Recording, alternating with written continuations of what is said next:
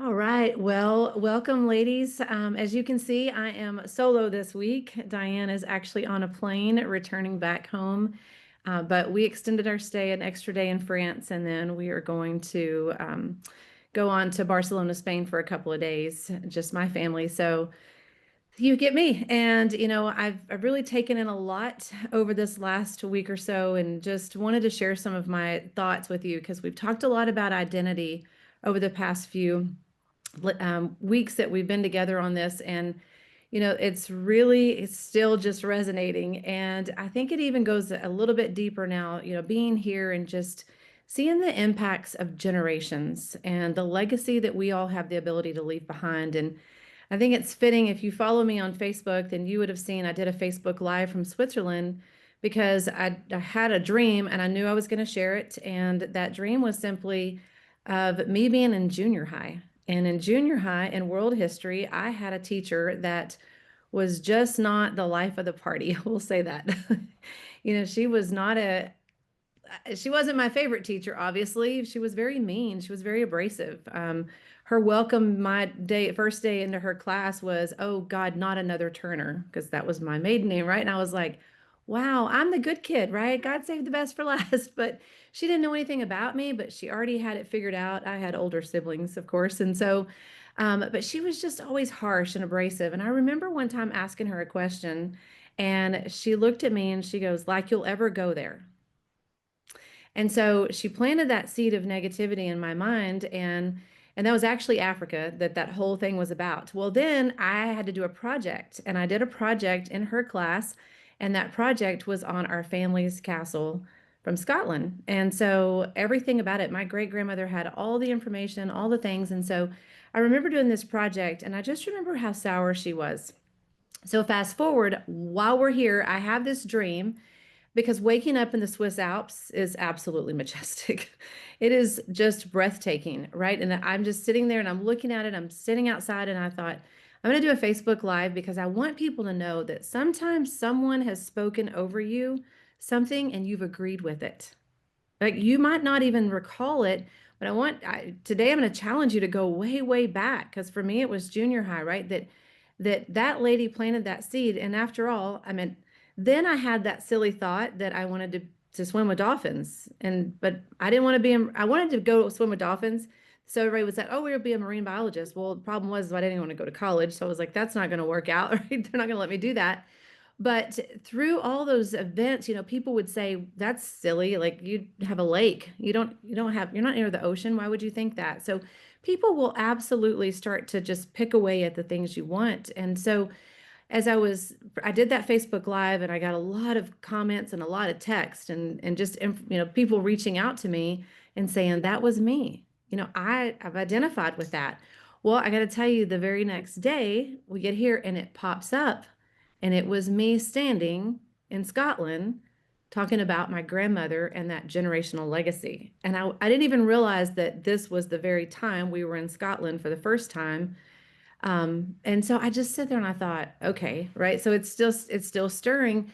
And then of course, being here, my daughter, she's sitting over here. There's not room for us both to sit over here in the front of the camera, but she was sitting outside and she was just having some moments, just some quiet time with God and just thinking about the majesty. And the reality is that I want to take you way back on this journey because what could have completely changed my life was a teacher in junior high that, call it what you want. She was just still in the dreams, right? She was just taking them right out and speaking negativity over me. And then years later, when we thought we were doing everything right, well, we weren't. And the truth is that we were just checking boxes in life. And so, you go to school, you get the job, you have all these things. No, you don't have anything. You're being kept. And you don't realize it until something changes. And for me, it was when someone said to me, "Do you want to go on this trip? Would you like to work towards this trip as an entrepreneur?" And I actually go backwards a little bit because, I became a nail technician. Some of y'all might not know that, but right out of school, I went into cosmetology. I became a nail technician. And I think about how quickly I identified life. And this is really relevant to this because I came out of cosmetology school and I got my first job at the Mall of Abilene in the J.C. Penney salon. And this lady comes to me and hands me my schedule. And she is my boss. And I look at it and I go, I'm not going to work every Tuesday and Thursday at night and every Saturday. And it was on there forever. And she goes, yes, you are. And I went, inside something said no. It was a control thing, right? It was like, no, I'm not. And so I remember working and saving as much as I could, as fast as I could to be able to go out on my own. And that was scary, right? Because I'm thinking, well, now there's no guarantee income. There's no anything. Like you're either going to make it or you're not. But I was determined I was going to be free. I was going to do this, but I was going to do it freedom. And so as I thought about that, I look back now and I see those little moments in life because I joined direct sales. I knew I was an entrepreneur. So the day I turned 18, I joined it. And my first company, it served me well. I didn't earn a lot of money, but I learned a lot of things. And by age 24, when a woman said, do you want to do these things, pay off debt, go on this vacation, all that? And I said, yes. Yeah, something inside of me came alive and I went to work for that dream. But it unfolded so many other things that I want to talk about today because I remember working so hard for that first trip and getting there in just a very short period of time. But standing on that beach in Maui was when it really just started, the dream started coming full force, right? The thoughts of, I can go places, I can see the world, I can swim with dolphins, I can do all these things, right? It's inside of me, but there was something more inside of me. It's because, see, there was another choice of words that I didn't agree with. Right before that, when a doctor told me, you will never have kids, most likely. And we were just like, wow. I remember, if you've read my book, I talk a lot about it, with Rick, like, are you still going to love me? And all these things. And then, of course, we were blessed. And when I stood on in Maui at that trip, I was pregnant with Hannah. And I just remember thinking, things are going to look different for my children from here on out, no matter what. I don't care who comes into agreement with me. It doesn't matter. I only have to come into agreement with one thing, and that is this right here, the word of God, right? That says I was formed in my mother's womb. It says he knew the plans and the purpose, and that I'm more than a conqueror. I'm made in his image, all of those things. And so as I listen and I look around, I constantly see people who are still not in agreement with this, but they're in agreement with what someone said about them or labeled them years ago. And so I want you to take an inventory and go, okay, am I slowing down, or am I not stepping into the fullness of what I could do because I'm in agreement with someone? And maybe you don't realize it. So it might go all the way back to before junior high, but as far back as that, right? To sit back and really analyze, where was something said? Because I've talked to a lot of you since this Bible study began, and I hear, I believe it for other people, but not necessarily for me. I believe success is out there. I believe I too can go to Switzerland on a trip. I believe I can do these things, but I believe it for other people, but I don't believe it for myself. And that is just something you've got to break off. 100%. So I want to talk a little bit about that today. But one of the things is that the more that I think about, just forget, forget anybody that put those on you, right? You can't forget some people.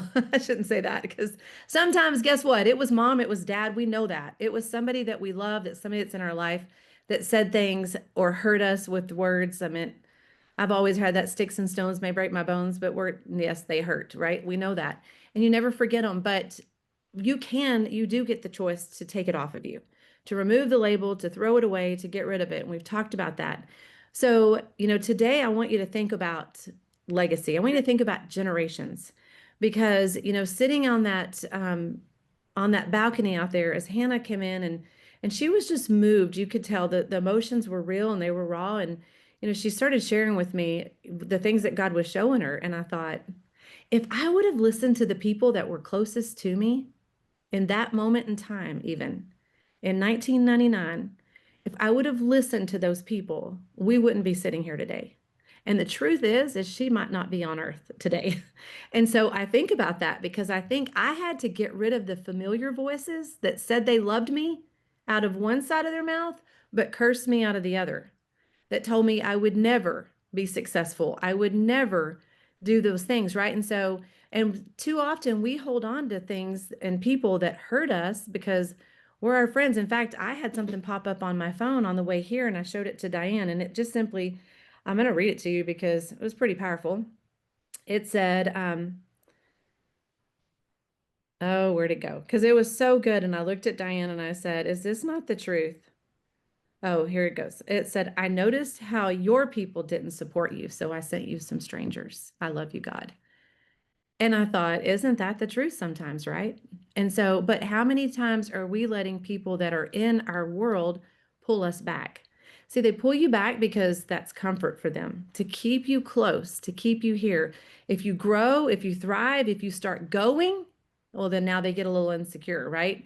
Wait, wait, wait. It's kind of like we talked about the butterfly and the caterpillar, right? Well, we're supposed to grow, we're supposed to change, we're supposed to go. And so as we continue to press forward, it's going to be incredible. So today we go on this journey and we go up to the Basilica of Notre Dame in Lyon, France. And you should go watch my Facebook Live for that one because I'm like, oh, it's way up there. And I'm thinking, yeah. And Hannah goes, well, we said we were going to get our workout in. And she was like, it's 500 feet to the top. Well, that's about 5,487 steps to climb. I mean, by the time we get to the top, there's not, everything on me is just soaking wet. It's dripping down my legs. And I'm like, if people in America had to get to church this route, nobody's going. Like, is that not the truth? I was like, I hope there's a car ride down. But I mean, it was fascinating. It was beautiful up there. But as we're sitting in this cathedral, I looked at Hannah and I go, do you realize how many hundreds of years old this building is? And this absolute beauty. And I said, but do you realize this? There are people who began the work here that worked their entire lifetime and never even saw it a fourth of the way completed. And the next generation took over. I mean, it's generations upon generations. And as I look around this place, I mean, magnificent doesn't even describe it. The art, the craftsmanship, all that. And to think it's still standing perfect all these years later. I mean, it's just, and it's massive, right? Like it's hard to put into words how big it is. But, we were sitting there and we were just talking about legacy. And so today, my biggest question is, what are you doing now that generations from now? I'm not talking about your kids. I'm talking about your kids, kids, kids, kids, right? Those 3 and 4 generations away. What are they going to know, or will they know? Because when I ask people all the time, like, tell me about your great, great, great grandparents, most people don't know who they were. Certainly not a picture on the mantle, right? They didn't leave anything behind. But I just sit back and I'm like, will we be the ones that can change that? Like, because I believe we can be, that as we begin to really step into who we are supposed to be and live out all the callings that we have, right? The things that we're supposed to do, the purpose for our life, then I've always said, I want my kids to stand on the shoulders and see farther and to do greater and to have a greater impact. But if everything in life is a struggle, then that's what your kids end up repeating the cycle of, is the struggle, right? It's the, hey, my mom's one person when she's out in public, but she's a whole different person behind the closed doors. And so, because if you're struggling, of course, when you go into church or you go out to, everybody puts a smile on their face. And when somebody goes, how are you doing? You go, oh, I'm doing great. And then you get home and you break down. Well, your family sees that, right? And so I always go back to identity is the biggest thing. Knowing who you are, knowing whose you are, knowing exactly what you're supposed to do. And I've had many of you also reach out to me and say, Carrie, I don't really understand my calling. I don't know what I'm put on earth for. I feel like I'm in the marketplace, I'm leading people, but I'm struggling with finding my purpose and my calling. And, I always say often it comes through our pain, right? It comes through something that we've overcome, because when you overcome something, you're the best suited person to help someone else overcome it too. And I'm looking around at all the different ladies. I know Rachel deals with a lot. She does a lot of coaching. She sees a lot of women.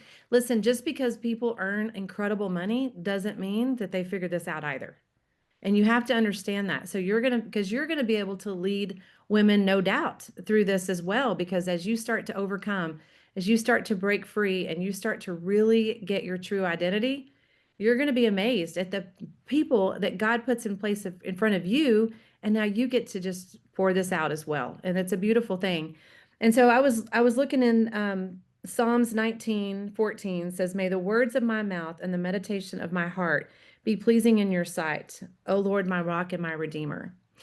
And, I'm huge on your words. I want people to understand the power of the words they speak because, like I said, you can be around some of the most successful people in the world and go, man, if you could just capture the words you speak, I wonder what more God could do with you, right? Like it's incredible whenever you start to really key in on this. And so I would challenge each of you ladies to start to really journal. Like think about throughout your day, catch yourself because if you are saying anything less than who you are in Christ, then I'm just telling you, like it's the I am statements. We talk about them all the time.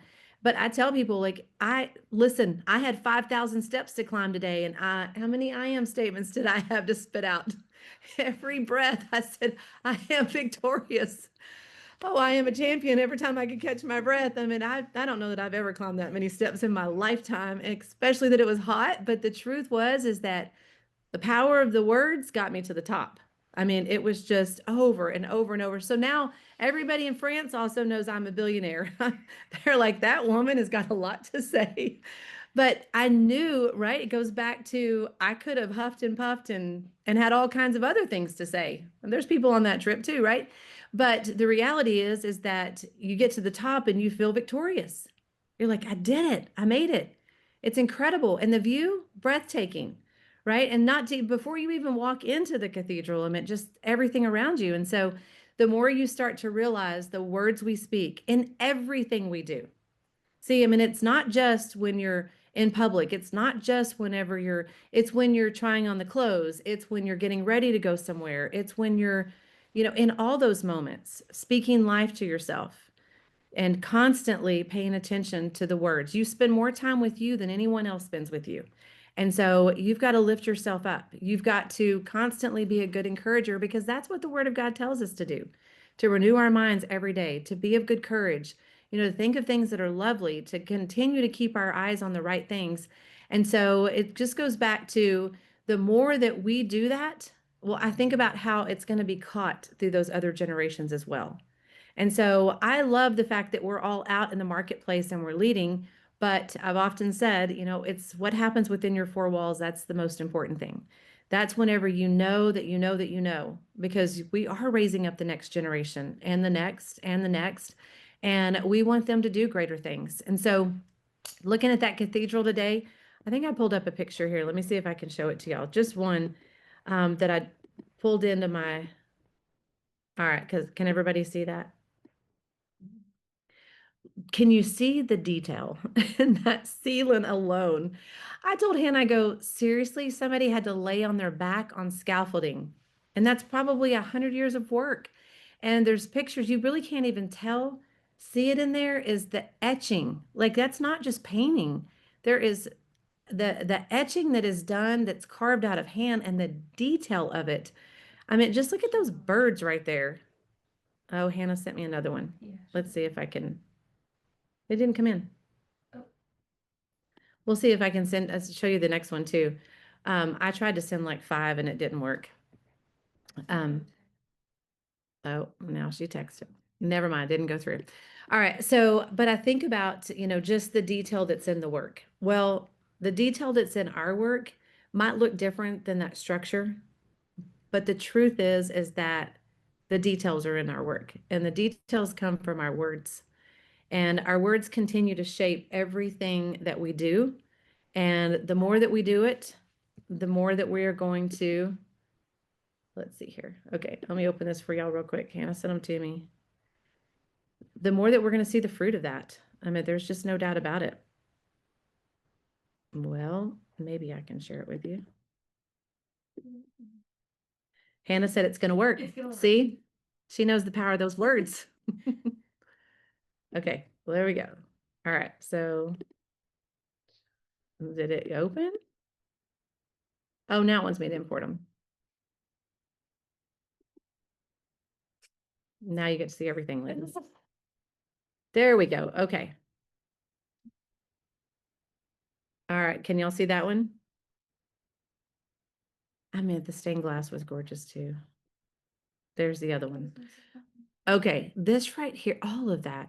Like, look at that. It's incredible. The angels that are built in, the sculptures, all of that, though, everything about that, of course, is hand. And I told Hannah, we were sitting there and I said, you know, I think about the other thing too, is that they did this without any modern machinery. That's really when you start to go, wow, is that they've done all of this stuff all these years and it's withstood the test of time. And it was all done by hand without modern machinery. They didn't have all the technology we have, all the things. And so it was just pretty incredible just to see all of that work.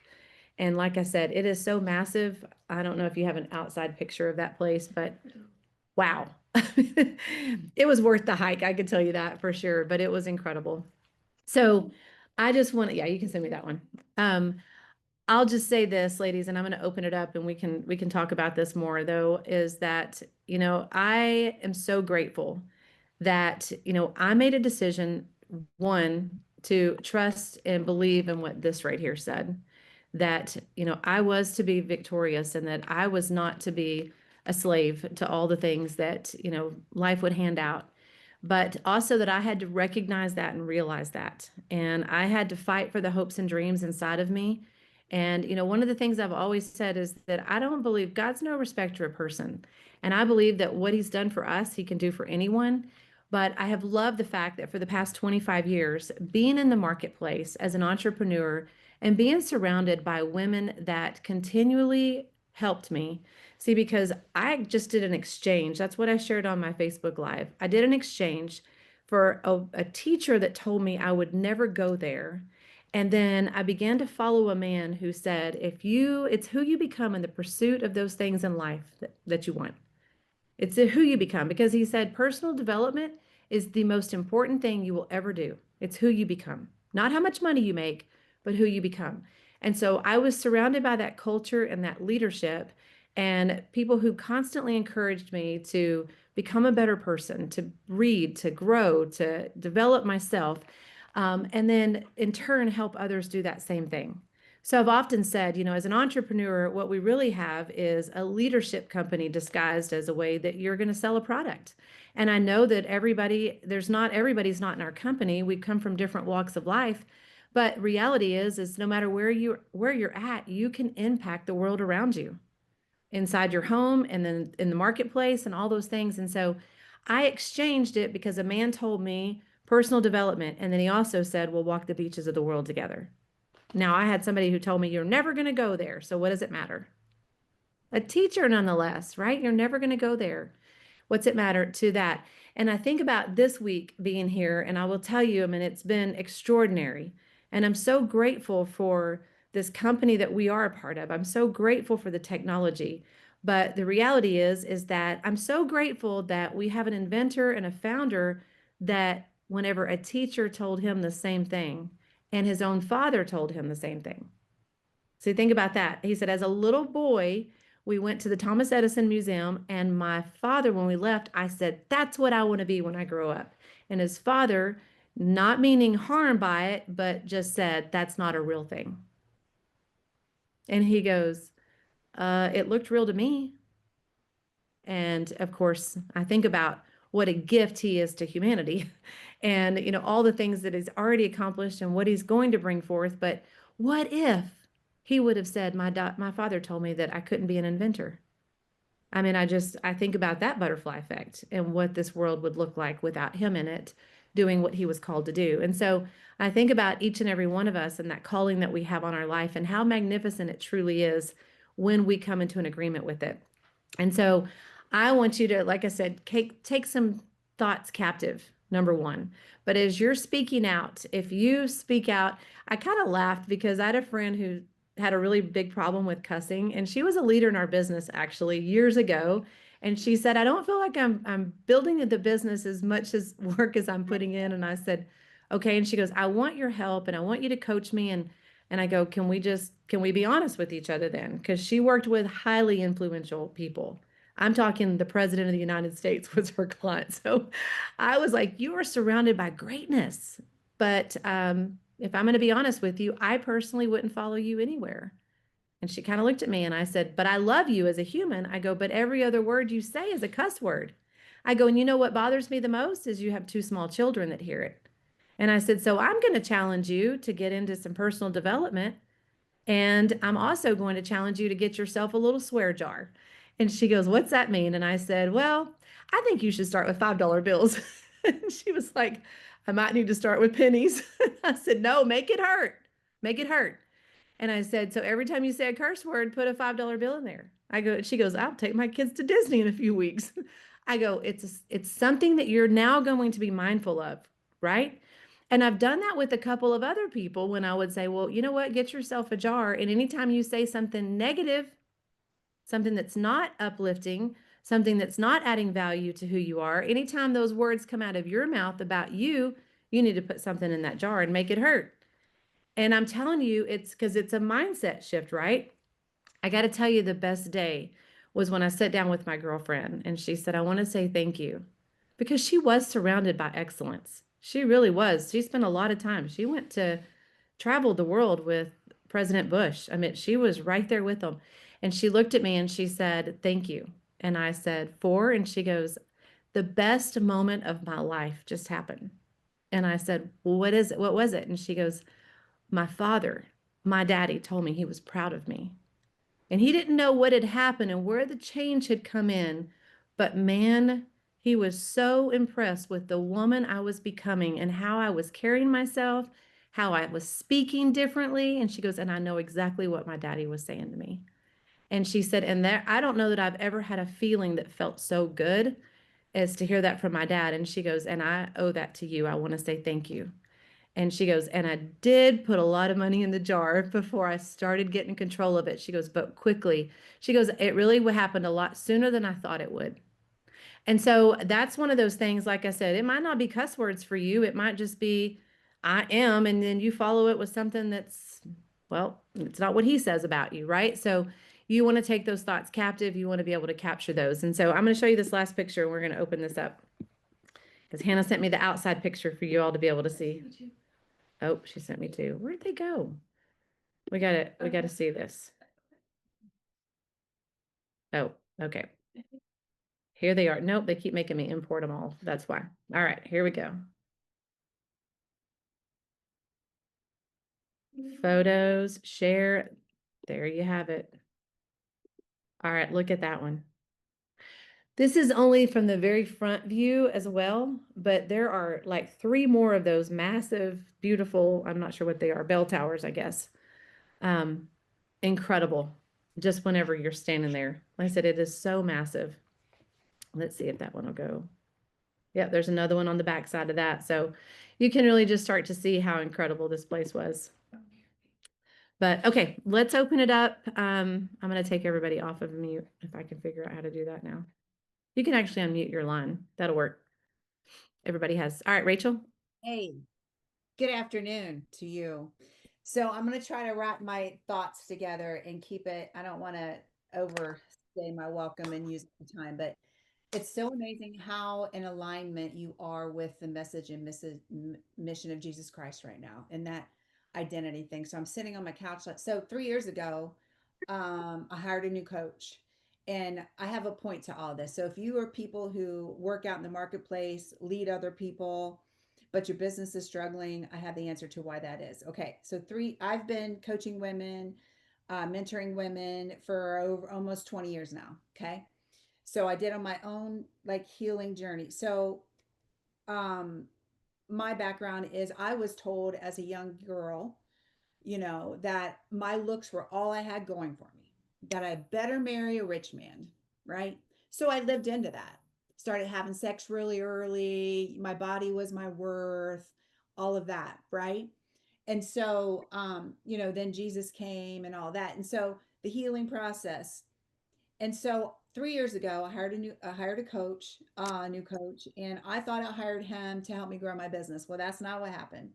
Like he helped me peel back some layers that I had shoved down because as my, my personality type, I'm an 8 on the Enneagram, I'm a go, go, go, and I'm strong. And, I think some women think that it's strong to not be vulnerable or take up space or hire a coach or go to therapy because they might be viewed as weak. So in that time also, I live in Ohio and her voice rally was going to be in Michigan. So it was a 3-hour drive for me. At this time, I didn't know you yet. I knew who Danny and Diane were just simply from the business that we were all in from afar, very much admired them. So I walk in this her voice, not really knowing what to expect. And Danny and Diane were there, of course, Bob and Jenny. And they did this one thing, and it was, room was packed. And I walk up to this girl, and she comes with me. She goes, I feel like you've always thought that your looks were your worth. And I literally was, I don't remember what the rest she said, but that was my cue to, that was a start of a journey of peeling back some layers. And it was really hard and it was rough because when you grew up the way I grew up, you put walls around yourself to protect yourself. So you don't always remember a lot of things, but they're still there and they're festering. And so I actually just have got a new client. She's a therapist and she does therapy for marriages and her own struggling. Her own marriage is struggling. And she's got a journey to go on. So my encouragement to all of you that your business could be so much better if you were courageous, because it's not strong or courageous to not take up space or do the work. Actually, that's cowardness to not go and face the things that you need to face, right? Because if there's something going on in your body, you got some junk that you got to go deal with, okay?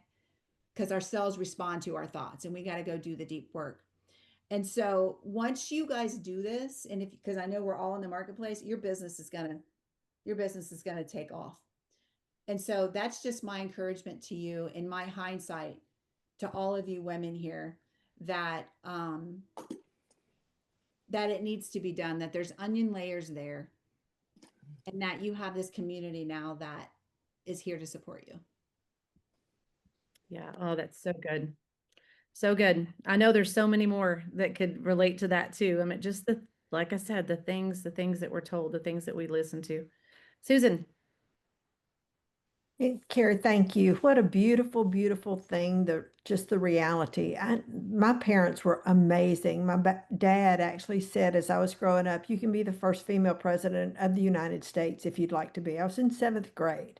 And all I remember telling us, no, I want to be a doctor. I don't want to work that hard. I don't want to be the first female president. It's too much work.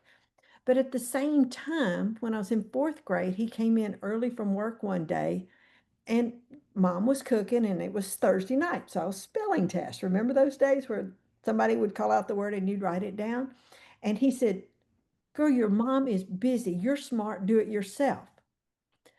That little sentence still sticks. And I've done a lot of work on it, Rachel. But that you're smart, do it yourself is one of those lifelong unpeeling that, because I would rather dig in and do it myself. But I've learned that if you don't help others, you're not helping yourself either. So it goes hand in hand with unpeeling the good and the bad that's in there, because it was meant as a compliment. You're smart, but it had a hook in it that held me back. So it's powerful. Little one sentences, lifelong impact. Oh, that's so good.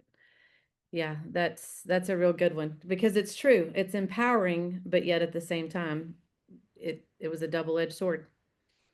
So, because we are better together.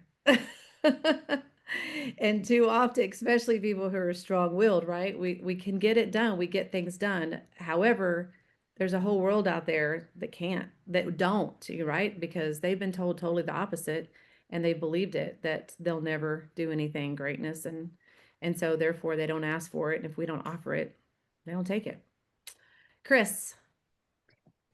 Good morning, Carrie. Wonderful, wonderful session today. And it brought up one of my favorite quotes that I have, and it's from Saint Catherine of Siena. And it said, And she said, become the person that God created you to be, and you will set the world on fire.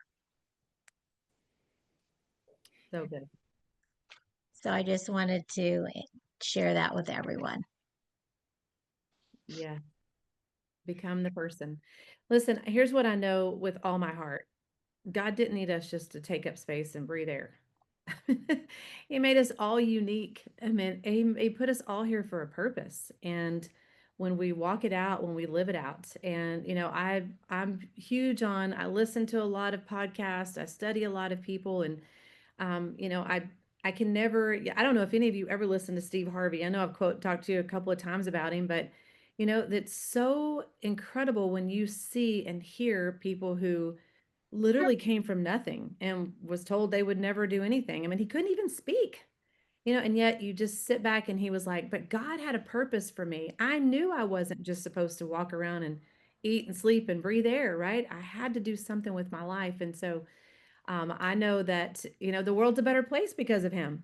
He makes people happy. He makes people laugh, right? He brings a lot of wisdom and knowledge to the table and a lot of learning experiences. And so I just think about people like that, that I'm glad they didn't listen to what others said about them, and they walked out of purpose because it's so much bigger than any of us. And Myron Golden today was talking about, your voice. And listen, people are called to do all kinds of jobs on earth. We know that. And so we value every person that chooses to do whatever they choose to do. But here's the thing, too many people are trapped not doing the things that fulfill them, bring them joy, or bring their purpose to light because they're stuck in whatever box they've created.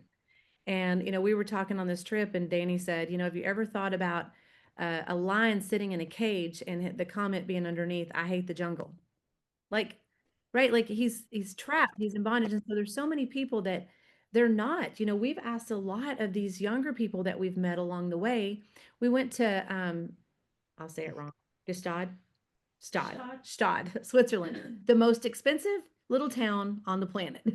And we get there, and we were talking to some of the young kids that work there, and one of them was in his 20s, the other one in his 30s, and I said to him, so what brought you here? One was from the Czech Republic, one was from Germany. Is that right? They were from all over, right? People we met, Poland, Portugal, we met them from all over.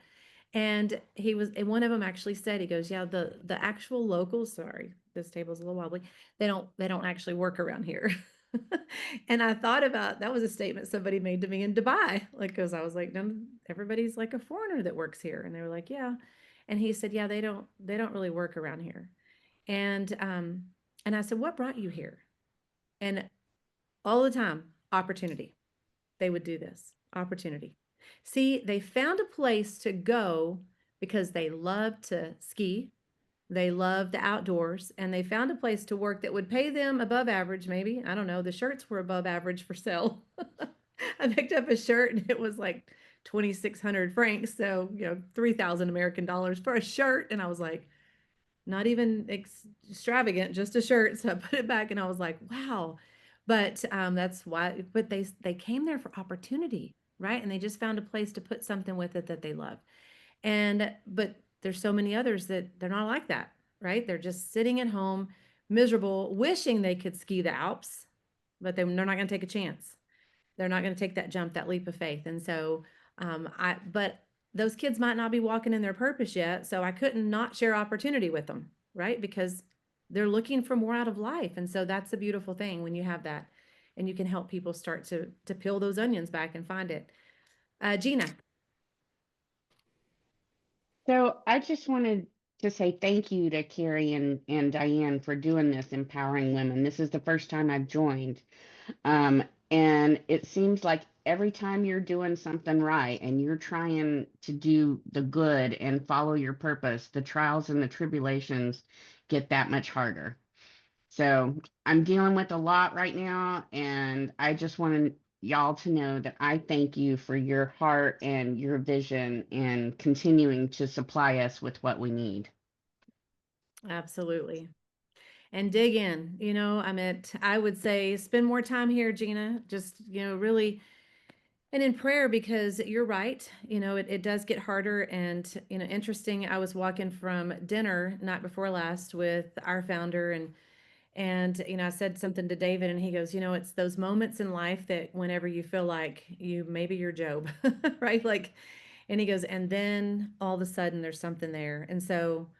And he goes, because you were faithful and you persevered and you fight through all the things that are coming against you. And he said, because there is hope in the Lord. And I was like, you're so right, right? Because we've all gone through things. And when we find something and we know we're in the right spot, it doesn't always mean it's easy. Adversity comes, but keep pushing through. Keep doing everything you have to do, and keep it positive, because the breakthrough's there. And we were just talking about that book, 3 Feet from Gold. I don't know if you've ever read it, but it's so powerful just to think about how so many people, when it gets tough, turn back instead of pushing in. And so we'll be praying for you, but definitely thank you, and keep going. Hey, Diana, jump in there. Hey, hi everyone. It's so important, the words that we say to ourselves, and the word of God is everything. One time I was at a women's conference or a meeting, and we did an exercise together where we said, okay, we want you to write a letter to the women, somebody in this room, and just encourage them. Say what's on your heart. And my goodness, we just kept writing, writing, writing, writing. I mean, it just kind of flowed. It was so easy just to write something. And, we didn't know who it was going to go to, but we were like, you got it, girl. You're going to do this right. And it's going to be okay. God's got you. And, it just flowed very naturally. And then at the end of the meeting, they had us put it in an envelope and seal it and everything, and decorate the outside and all that. And then they said, okay, now open that letter and read it to yourself, because that is what you need to hear. And it just brought me to tears, because it was so easy for us to just sit there and pour out ourselves to other people, but we're like the most critical person for ourselves. And my prayer is that you all just are able to just love on yourself and get those Bible verses and get those things that are in your heart of what does a beautiful life look like for you. And you start writing the things out down of what you want your life to look like and what you don't want your life to look like. And then just kind of say, thank you, Lord. I'm going to just believe in you that you can bring these things to pass. And anytime a negative thought comes into your mind, you need to take it captive and make it obedience to Christ. And you have to just switch it. You just have to change it and not let that get in your heart or get in your mind. Because we all deal with stuff like that. We're all so human, and but it takes authority in ourselves to say, we're not going to listen to that thought. We're going to just change that thought. And this is what I know I want to be. I know I want to do. So that was just so helpful for me to kind of go through that exercise. And it just made me realize that, it's so important that we see ourselves in a good light, and God does, and we need to just walk in it. So. That's so good. I saw just the sweetest saying that said, "Great job, Mom," as my daughter starts crying. That was your daughter that said that. And I'm like, oh, and it's over here wiping her tears as you're talking. And that might be the best thing that I could tell each one of you ladies to do, is to write yourself a letter, because you're right, Diana. I was thinking you were going to say, and then they said, okay, now write yourself the letter. You did write yourself, right? Because here's what I know. If you had to write yourself that letter, you would sit there with the pen in your hand, and it would be extremely hard, but you could do it for someone else. And, that's just the reality. Either way you look at it, that same letter would make such a difference. And I don't know if she's on here or not, but if she is, she can jump in and share. She'll know who she is, because we've had multiple conversations back and forth while I've been here, because we've talked about true identity a lot. And we've talked about the things you want in life, because here's where I stand. If you tell me you're good, right? Like, oh, I'm good, I have just enough we live comfortably. I'm going to tell you, as a real friend, you're selfish, because it's not just about you living comfortably and having the things you want. It's about you having abundantly, right? To be able to do more, to be able to help people. And so we've had a lot of conversations, and I have gotten some of the most beautiful of her goals, her I am statements, her beliefs, her dreams, the things that she struggled with for the past couple of months to really believe that she was worthy of. And so, I go back to, it is okay to have things in life as long as things in life don't have you, right? So it's not about keeping up with anyone and getting into debt and being able to do things that don't serve you, but what about whenever you can say, I'm going to serve others, I'm going to win in life, physically, financially, spiritually, mentally, emotionally, all those things, and then turn around and help others win the same. God's going to bless you abundantly, right? That's what he said he came for, was for us to live more abundantly. And so whenever we really can grab a hold of that, I mean, it's a beautiful thing, because now all of a sudden other people get to win with you. You're no longer living this selfish, oh, I'm just good. That doesn't bring greatness, right? And there's a next level for everyone. I truly believe that. So thank you so much, Diana, for sharing that. Deborah. Hi, my name's actually Debbie, but I have Deborah up there. I'm new to this. Alyssa Davis invited me, so I'm new to all this. And I've been a Christian for a long time, but my life, this whole thing is so challenging to me, and it's really encouraging, because my whole life I've just lived for others, and put myself aside, and the needs and the desires I had. And I've had a lot of trauma that I'm still working through. I'm a pediatric occupational therapist, and I haven't worked for a little while because I've had to take care of a son with Asperger's, and and everyone's out of the house now. I'm an empty nester, and it's kind of like starting all over again and finding my identity. It feels like I have to have a new identity now, and I'm like, God, what is that? So just there's a lot that's happened in my life lately, but just trying to figure out, this is really good, because I haven't had women be so transparent and open for a long time in my life, because we had moved, and I had left an old church that I was in that was very influential, and the connections there with the women. So this is really encouraging, and it's like, but part of that, finding myself in a way, like my identity of who I am. I'm going to be 66, and I'm like, it feels like I'm like, okay, can I start over again? Of course I can. I know that. And but it also feels like, well, what does that look like? God, what do you want me to do? I was hoping, I have one grandchild, they're in Arizona, so, but it's going to be a little hard to invest in, I can't babysit my grandson, things like that. But I know serving's important to God and Christ, so that's what I want to be. Oh, that's so sweet. Thank you, Valerie. And yeah, but there are a lot of challenges working through right now. I can't get into all that, but I'm just thanking you for this as a blessing. And that personal development that Rachel was talking about, I really think I need that really bad. Just taking myself to that next level, to be that better woman, to be that better person, to be able to speak more eloquently. And yeah, just kind of do that. I don't know if that makes sense, but just finding my place right now in the world. I love it. Well, there's no doubt you're in the right place, and you can start. Thank you. Thank you. I don't doubt that one bit at all. So thank you for sharing. And yeah, I just keep coming back. Okay. It's Thank gonna, you. I'm not on the email list or whatever it is, so I don't know how I get on that, but I know, yeah, Alyssa may share it with me again. So yes, we'll definitely. And then I put stuff on my Facebook, and my YouTube channel is just my name, Carrie Robertson. okay. All the recordings are there from our past ones, and so everything's there to get connected. Okay, great. Thank you so much. I look forward to it. Absolutely. Well, we're glad you're here. Thanks, Debbie. Thank you. Thank you. Christina? Hello. So this is my second time attending. Um, I I'm like I feel very fortunate that you guys are talking about identity, because I feel like I've been in an identity crisis for a very long time. And trying to figure out who I am and what was put on this earth to do and what I'm here for.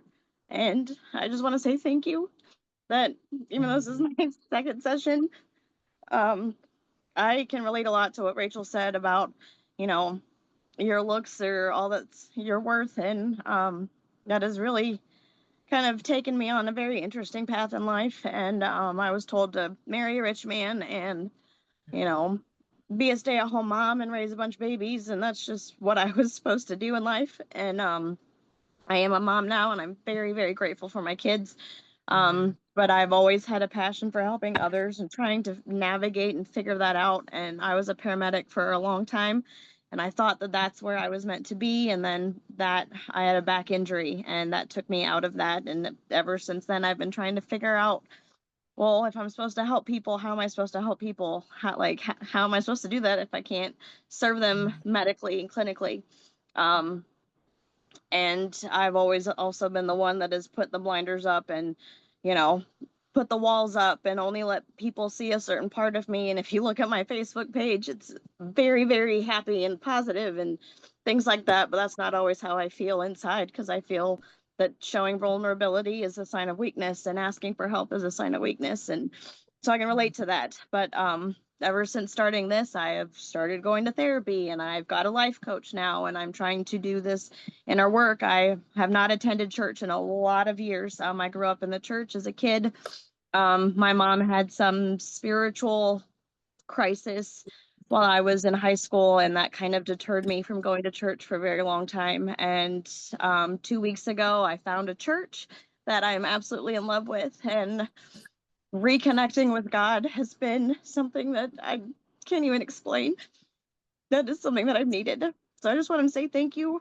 I'm so grateful that I found this community, and being able to learn who I am in Him is been a very interesting experience so far. And obviously I have a lot of work to do, but I'm just very, very grateful and thankful for this community. And I can't say thank you enough. Oh, well, I'm so glad you're here. And I love your shirt. Yeah. Because So, yeah, go figure. It says empowered women empower women. well, and as you begin to really search into your purpose and your calling, I have a feeling you're going to find it soon, because it seems to me like you're ready for it and ready to pay it forward, no doubt. You know that there's more out there, and that's the start of it. It really is. So I'm excited for you. Awesome. Thank you so much. Judy. Thank you. And I'm sorry I didn't take notes on everybody's name of what they were saying, but my heart is so full right now. You guys, I'm going to be 74 years old in August. I feel like I'm 30. So let's just get that right. I got a lot to do, and it doesn't matter how old you are. There's no label on there. But my daughters, I have 2 daughters in their 50s, and they gave me the most wonderful gift on my 70th birthday. And it's called Storyworth. I don't know if anybody's ever heard of that. And what it is, it's a book. You're writing a book, but it's about your life. And then you have different chapters. And one of them, I believe, is the best chapter in my book that I did. And it's, what would you tell your 20-year-old self? Okay, so imagine I'm 70, and 50 years ago, what would I tell myself 50 years ago? And that absolutely was a turning point of me to look at what my life was then and what it is today and what it was 5 years ago. And yes, the Lord, it's all about the Lord. Okay. I wanted to be a nun when I was 17 years old. Well, I fell in love and that whole story changed, but it's absolutely amazing is we can do anything, everything. Okay. But it's all about God. But it was a way for me to also get in there, not only write, not only grow in the Lord, but to put it into words that can be, you talked about the generations. I want to write more books. I want to share the Lord with more people, and I want to empower more women that they can do anything they want. You just listen to the Lord and He's going to guide your steps. It's all in there. But anyway, I just want to thank you for that. But yeah, Storyworth, storyworth.com. It's the best gift to give an elderly mom or aunt or sister or yourself, and you will grow. And God's leading you. He'll lead you into your words and your steps and what you need to say, just like He's done with Carrie. Carrie, I just finished your book, and my husband and I both cried reading it with what you've done and where you've been. Wow. It's amazing. Thank you for this group. It's empowered me to go higher. You know, we always think we're growing our best, but there's always higher. There's always more people to help. So it's been awesome. Absolutely. Judy, I have a question for you because I'm in my 20s and I know there's a lot. I see a few people in their 20s. What would you tell your 20-year-old self? What are some of the things that you actually wrote down? First thing that I went to was talking about the Lord, because I was a workaholic. I worked over 40 years. I wasn't able to go to church. I didn't do church online. We didn't have internet back then. But I would get close to Jesus. I would recommit my life. I would surrender my all. And I mean, surrender your all and give him the real raw you. And he's going to guide you where you need to go. If you, the Holy Spirit, you get empowered by the books, the Bible, the word, and be careful who your teachers are. You have one of the best here. Okay. People that have done it, you know, listen, you know, read books. I do Bible study. Of course, I'm going to be 74. I've been retired, so I can get up at 5 and spend 2 to 3 hours with the Lord. Everybody can't do that. But if you start with 15 minutes, or, you know, start with small devotionals, and you know, there's different Bibles out there too, different Bible teachers. And in fact, that's how I ended up where I am today, was through a Bible study of somebody that shared and wrote a book. It's Okay to Prosper with Terry Gilbert. She wrote a book. A lot of these women are authors, and yeah. So the answer to that would be, I would have a relationship with Jesus. I would let him tell me what to do. I would follow him and grow in him, because I didn't do that. I didn't have that. I did Judy's way. I did the wrong way. I've been widowed twice. My first husband was murdered. The stories that I could write would make your hair shake. But anyway, that was one of the best. I guess that one story could be a book in itself. What would you, but it's changed my life. And I wrote that when I was 70 years old, and I'll be 74 in August. But it's empowered my great granddaughter. It's empowered my granddaughter. It's empowered my daughter. That little book, you know, just with those different chapters. Just appreciate life, appreciate where you are, and let God be number one in your life, period. So good. So we just got those books. Just gifted my mom one, Hannah gifted me one, and her daddy one. Is it amazing? And then the questions, you know, my daughters did, and they go, I think the first question was, like, tell me about your grandparents or your great grandparents.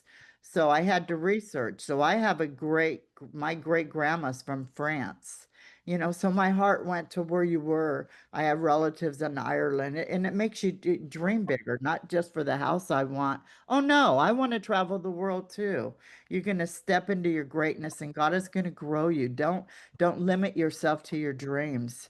The dreams got to be big and huge. And I've got my vision board down on the wall here, because I got to take off and redo that. You know, you've done a video that's recorded, Carrie, that I watched.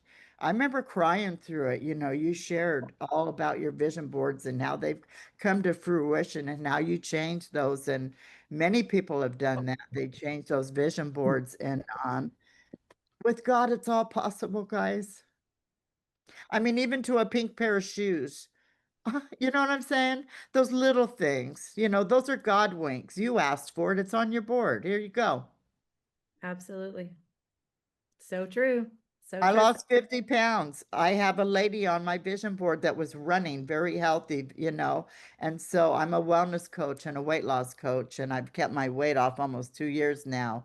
I'm going in another avenue. I'll always have a toolbox of wellness to share and help people, but our purpose is to go out and help God's people, whatever that might be in your realm. God will let you know. People will come into your life. And some people leave your life. That's a whole nother topic. Am I wrong? Some people are, you know, you try to keep them there, and God's moving them. That's a whole nother, yeah. It is. It's probably a place we'll end up going sooner than later, because I know a lot of times people, they Maybe get you're helped hanging out by on. those who aren't Yeah. supposed to go into the next season as well. Yeah. And so we have to recognize that. It doesn't mean you don't love people. It doesn't mean, it That's just means right. everybody's not Yeah. going forever, right? So Yeah. it's a good thing. All right, we see Susan, and then we'll close out. Hello there. This is the first time I've joined your group and I'm really enjoying it. And I love what you just said there, Judy. I've taught for years that if you want to know who you are, read your scriptures, read the Bible, because if you'll, and I've heard it said by someone that if you're not reading your scriptures at least 30 minutes a day, you won't make it in these last days. But my background is, as a little girl, I went through a lot of trauma. My mother was an alcoholic. She divorced my dad, blah, blah, blah. And this was back a long time ago in the 60s. And my sister taught me to pray, so I always knew Jesus was with me. And I really wanted to go to church all the time. So at 13, some missionaries came by, and my mother let them in. We took the discussions, and we started going to church. She quit cold turkey one night. Her 2 packs of cigarettes, all her coffee, all her alcohol. She drank a bottle of whiskey a night, and she overcame a lot. Through her life, she really came to know Christ and serve him.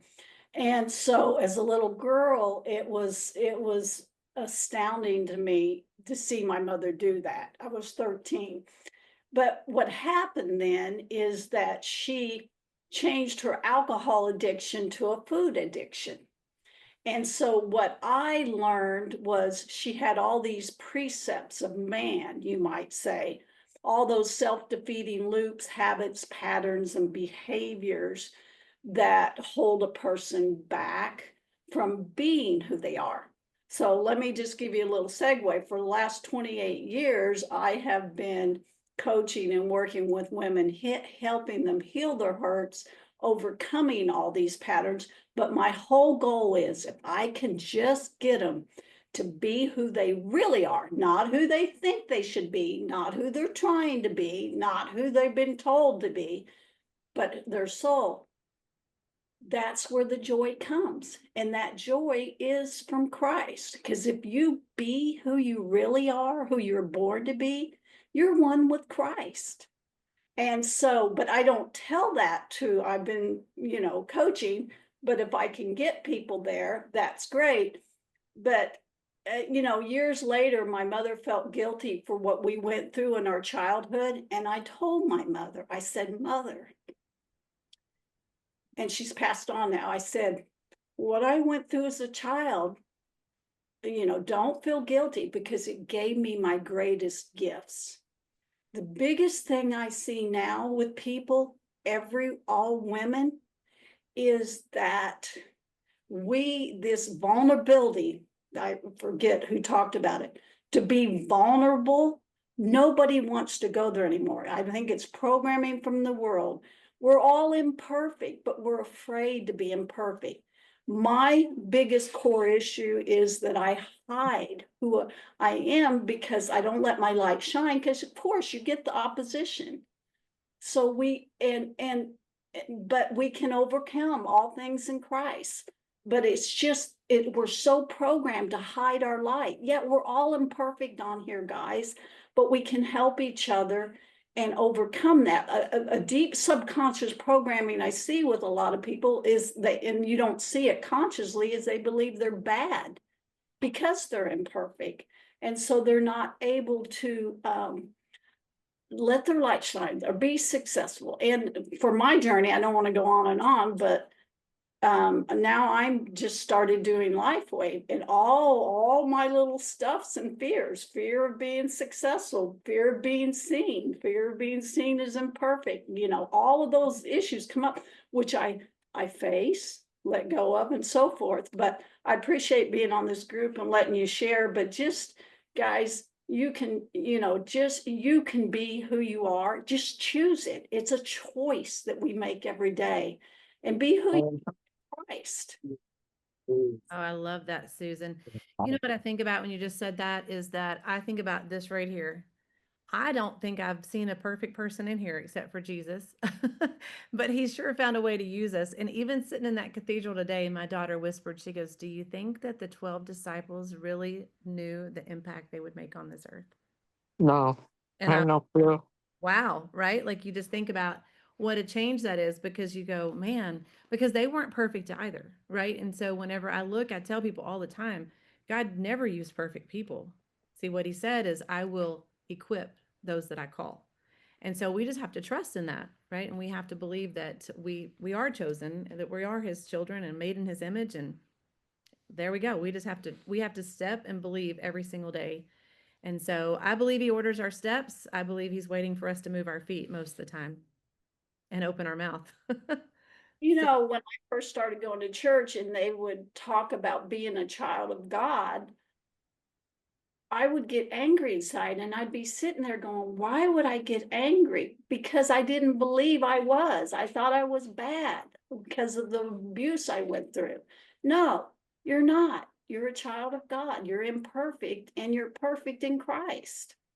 So, but we get these beliefs because of, you know, the things you guys have been talking about, the things that happen to us. But no, it's not true. We are a child of God. Yeah, absolutely. Thank you for sharing that. Hannah just handed this to me because Emily had to jump off to get ready for an appointment, but she said, when I avoid the things I'm scared of, I find I respect myself less. And doesn't that lead to a spiral that causes us to not live in the space that God's created for us? That's a pretty powerful statement too, for sure. Awesome. Okay, Miss Valerie. Hi Take- there. I hope Yes. you've had the most amazing trip. It looks so wonderful. I'm so happy for you, all of y'all. But I wanted to share that we've been a group of us, Penny's girls, have been reading Outwitting the Devil together. And the devil says the way he gets people is fear. That's his only weapon, is our fear. And we don't even have to speak it. We can just think it, and he is in our lives. So don't have fear.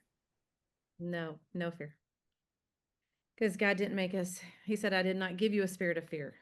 I gave you a spirit of a sound mind, right? So that is so true. And for those of you who haven't read Outwitting the Devil, I want to encourage you to definitely, that's a book that you should pick up. And even if you have read it, I will challenge you to read it again because I've read it several times throughout the years. And just finding it this exact moment in time, I think it's a book worthy of rereading because it's just, well, the world's in a different place than it was maybe 5-10 years ago when people picked it up before. So it's been a game changer and just really eye-opening rereading that one again. It is. And what we've been doing is we all have the book, but we do the audio version, and it makes it a lot easier because it is kind of a hard book just to sit down and read because it's kind of out there. But Those conversations just one-on-one with the devil in an interview. I know. It's kind of crazy. But anyway, it's been definitely eye-opening and yeah, gets your brain going for sure. So Yes. thank you. Awesome. Well, all right, ladies. Well, I will close us out in prayer and thank each and every one of you who have shared today. I mean, this is what it's all about. You add so much value to each other. I see the chat and everybody communicating with one another, and that's what it's about. You know, this group, we believe with all our heart. We were called to start it, Diane and I, and you know, just for a place to come to really discover truths and bring the fullness of God's word to light and for iron to sharpen iron because we all make each other stronger and better. So I thank each and every one of you for each time that you have something on your heart and you share it because it definitely impacts other ladies, whether they're live or they hear the replay. I get so much feedback. So thank you. Thank you. All right, dear Heavenly Father, we thank you so much for this time together. I thank you for each and every woman on this call, Father. They're leading their homes, they're leading their communities, they're leading in the marketplace. And Father, I just pray that you continue to remind them of who they are in you and what they've been called to do. They have a great purpose, and it is to bring others, draw them to you. We know that, but to be able to lead them as well. And so, Father, I just thank you for their lives. I thank you that they are fearless and unshakable, that the enemy does not have a stronghold on any one of them, that they know who they are and they know who they are in you, more importantly than anything else, that their identity is within you. And so I just pray that as they continue to draw closer to you, Father, that you reveal yourself in great and mighty ways and order their steps in all that they do. And as they open their mouth, and trust in you, that as they open their mouth, you will fill it with the words to speak and impact the lives that are in front of them. So thank you, Father, for our time together. And we're so grateful for you in our lives. In Jesus' name I pray. Amen.